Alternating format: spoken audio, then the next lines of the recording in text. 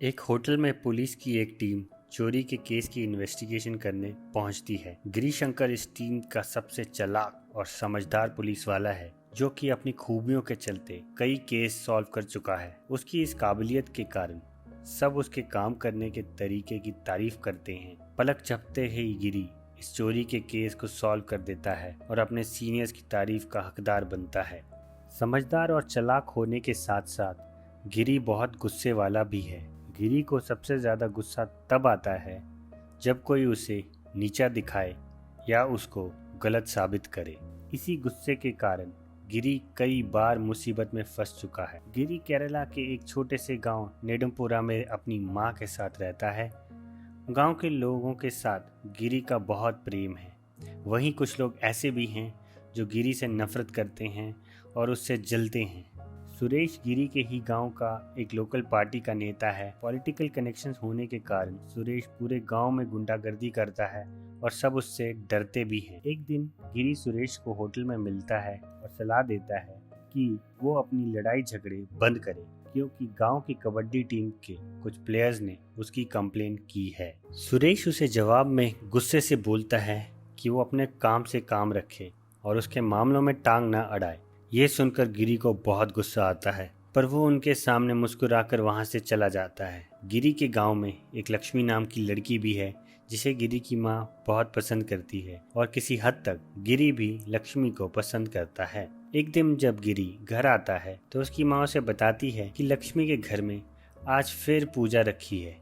लगता है उसको शादी के लिए कोई अच्छा लड़का नहीं मिल रहा, इसलिए उसके माता पिता कई बार पूजा पाठ करवा चुके हैं। उसके जवाब में गिरी बोलता है कि सब बकवास बातें हैं और मुझे इन पे विश्वास नहीं।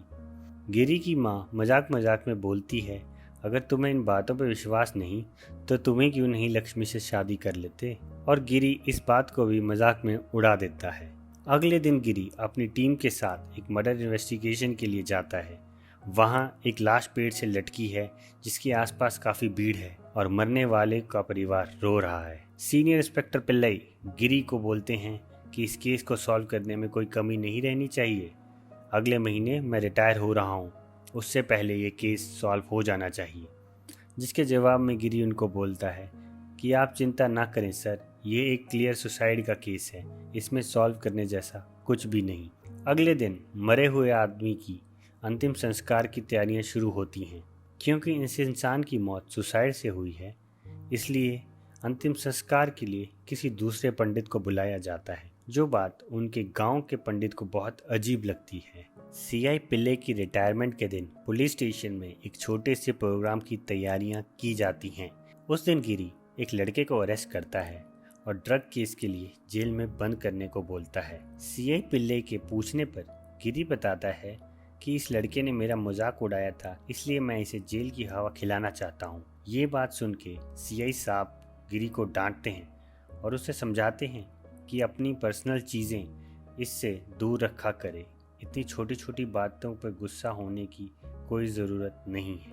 अब सीआई पिल्ले की रिटायरमेंट के बाद पुलिस स्टेशन के नए इंस्पेक्टर सीआई पिल्ले की जगह लेते हैं। नए सीआई साहब काफ़ी स्ट्रिक्ट हैं और गुस्से वाले हैं और किसी हद तक वो गिरी को पसंद भी नहीं करते। एक दिन गांव में कबड्डी टूर्नामेंट खेला जा रहा था, जिसमें पूरा गांव शामिल होता है और नए सर्कल इंस्पेक्टर को चीफ गेस्ट के तौर पर वहां बुलाया जाता है। खेल शुरू होता है और कुछ ही देर बाद दोनों खिलाड़ियों के बीच आपस में लड़ाई हो जाती है। लड़ाई जब बढ़ने लगती है तो सुरेश और उसके आदमी लड़ाई के बीच में आ जाते हैं। ये देख के गिरी को मौका मिल जाता है अपनी बेइज्जती का बदला लेने का और सुरेश को सबक सिखाने का। गिरी ना आओ देखता है न ताओ और सुरेश को मारने लग जाता है। इसी बीच सर्कल इंस्पेक्टर दोनों को रोकने बीच में आ जाते हैं और गलती से गिरी को धक्का मार देते हैं। गिरी धक्के की वजह से दूर कीचड़ में जा गिरता है और पूरा गांव उस पर हंसने लगता है। अपनी ये बेइज्जती देख के गिरी शर्म और गुस्से से भर जाता है, पर चाहते हुए भी गिरी कुछ नहीं कर पाता और एक मजाक बन के रह जाता है। अगले कुछ दिनों तक गांव का हर आदमी किसी न किसी बहाने से गिरी का मजाक बनाता है और उसे नीचा दिखाता है। गिरी ये सब सहन नहीं कर पाता वो बहुत गुस्से में है और निराश भी है कि उसकी इस तरह से बेइज्जती हो रही है। यही सब दुख का बयान करने वो सीआई पिल्लई के पास पहुंच जाता है। वो उन्हें बताता है कि वो जब जब लोगों के ताने सुनता है तब तब उसका खून खौलता है। सीआई साहब उसे अपने गुस्से पे काबू रखने को बोलते हैं और बोलते हैं कि हर बात को अपनी इज्जत पे लेना बंद करे। गिरी उस बेइज्जती के ख्याल से निकल नहीं पा रहा, बदला लेने के बारे में सोचता है। वो चाहता है पूरे पुलिस डिपार्टमेंट और सीआई साहब को नीचा दिखाना। एक दिन उसे मनियन नाम का एक मशहूर चोर मिलता है। मनियन अपनी चालाकी और सफाई से काम करने की वजह से आज तक पकड़ा नहीं गया। मनियन शराब के नशे में बड़बड़ा रहा होता है और सबको बोलता है कि एक बार एक पुलिस वाले ने मुझे बिना वजह जेल में बंद करके मारा था, जिसके बाद मैंने कभी भी उस पुलिस वाले को चैन से सोने नहीं दिया। उसके एरिए में चोरियां कर करके उसे परेशान कर दिया, उसकी रातों की नींद हराम कर दी और उसे लोगों के ताने सुनाने पे मजबूर कर दिया। जहाँ जहाँ भी उसकी ड्यूटी होती थी मैं वहाँ वहाँ चोरी कर देता था और उसका जीना हराम कर देता था। ये बात सुन के गिरी के दिमाग में एक आइडिया आता है। वो मनियन से बात करने पहुंच जाता है। वो मनियन से अपनी सच्चाई छुपाता है और उसे बताता है कि वो एक प्रेस रिपोर्टर है और न्यूज़पेपर की स्टोरी के लिए उसे जानना है कि चोरी करने के तरीकों और असलियत में चोरी करना कैसा होता है। मनियन एक चालाक चोर है। वो गिरी के इस झूठ को पकड़ लेता है और बोलता है कि मैं जानता हूँ तुम कोई प्रेस रिपोर्टर नहीं हो बल्कि एक पुलिस वाले हो। अपना झूठ पकड़े जाने पे गिरी थोड़ा परेशान सा हो जाता है और उसके चेहरे के एक्सप्रेशन बदल जाते हैं। मनियन बोलता है कि चाहे वो पुलिस वाला ही क्यों ना हो पर फिर भी उसे चोरी करने के तरीके और इस कला के बारे में वो सब कुछ बताएगा।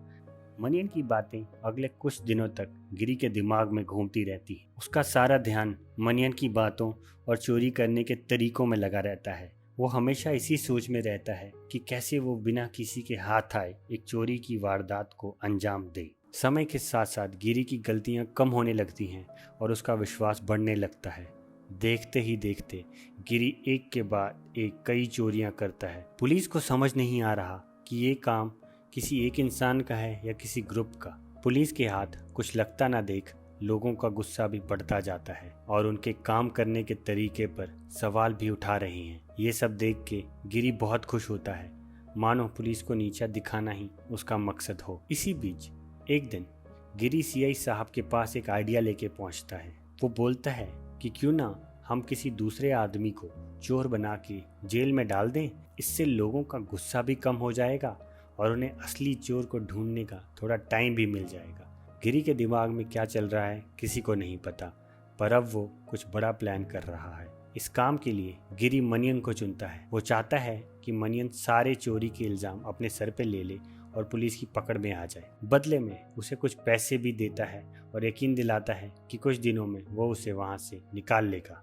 और अब शुरू होता है गिरी का असली खेल। जेल में बंद करने के बाद एक दिन बहाने से गिरी सीआई साहब और मनियन को एक साथ एक घर में सबूत इकट्ठा करने के लिए भेजता है।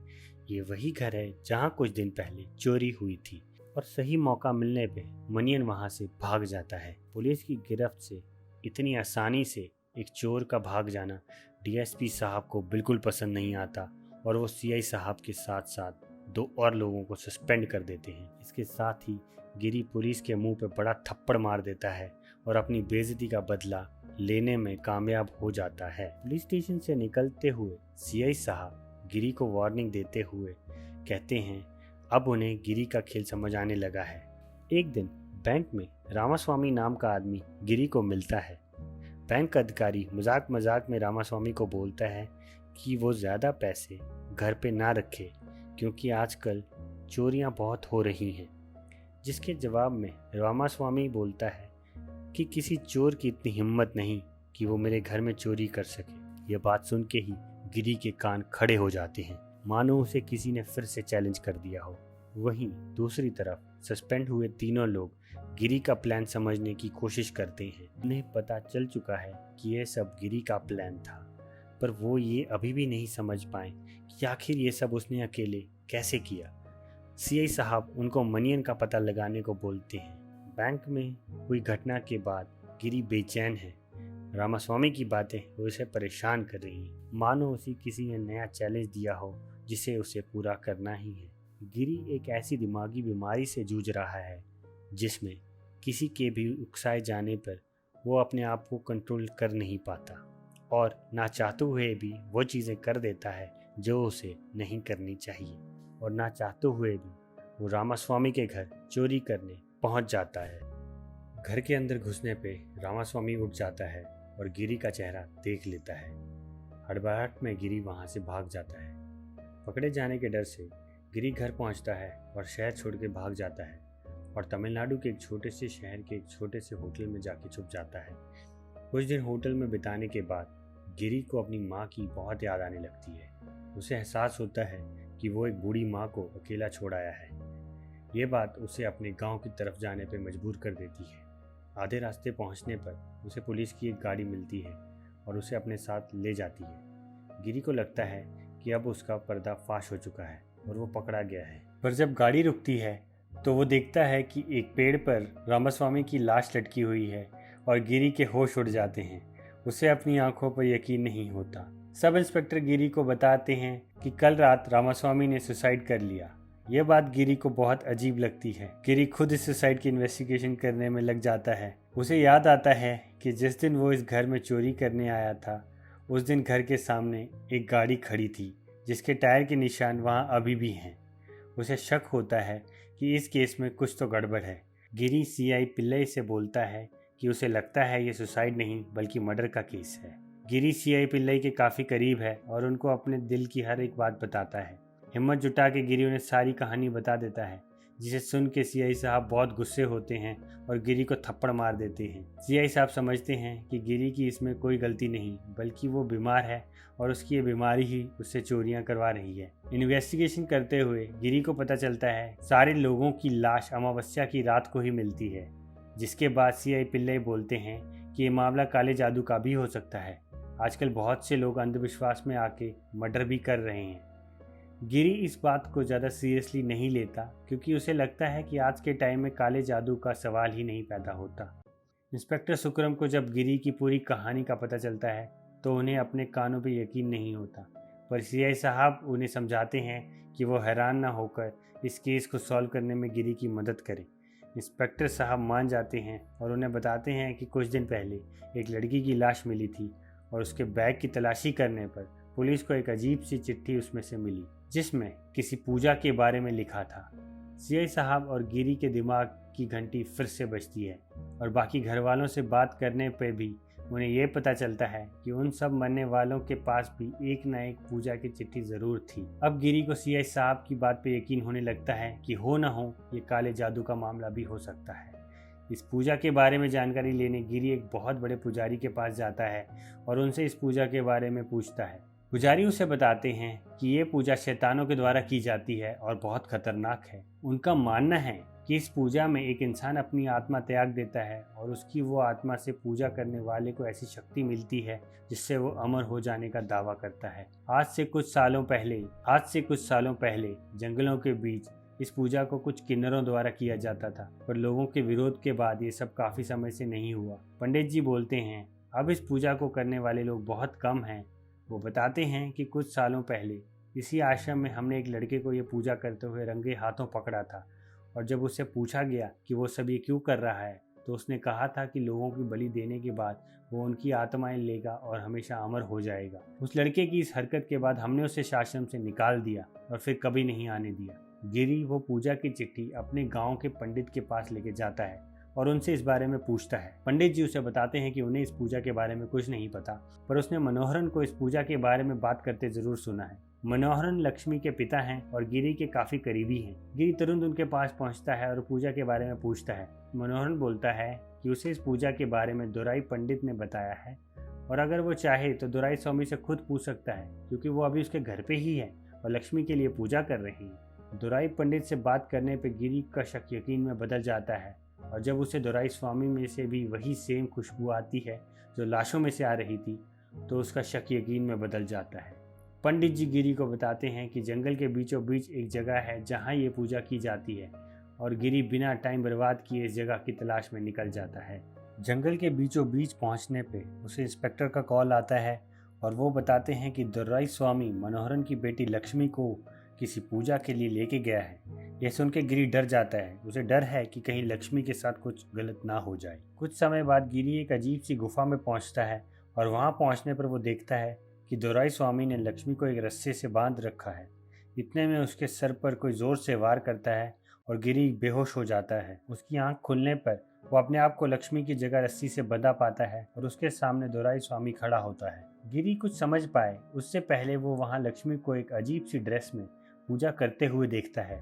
गिरी पूरी तरह शॉक में है। उसे समझ नहीं आ रहा आखिर लक्ष्मी पूजा क्यों कर रही है। क्या लक्ष्मी भी इस प्लान में शामिल थी या फिर वो ये सब दुर्राई स्वामी के डर के कारण कर रही है। दुर्राई स्वामी उसका ये शक भी दूर कर देता है और बताता है कि ये पूजा एक किन्नर को शक्तिशाली बनाने के लिए है। इन सारे मरे हुए लोगों की आत्मा ही उसको शक्ति देगी और वो किन्नर कोई और नहीं बल्कि लक्ष्मी है। लक्ष्मी का नाम सुनते ही गिरी के होश उड़ जाते हैं। उसे यकीन नहीं होता कि उसने ये क्या सुन लिया। उसे इस बात पे यकीन नहीं हो रहा लक्ष्मी ही वो शख्स है जिससे इन सारी हत्याओं को दुर्राई स्वामी की मदद के साथ अंजाम दिया। अब गिरी की आंखों के सामने वो सब बातें घूमने लगती हैं जिसे अभी तक वो नजरअंदाज कर रहा था। वहीं दूसरी तरफ लक्ष्मी के पिता भी हैरान हैं।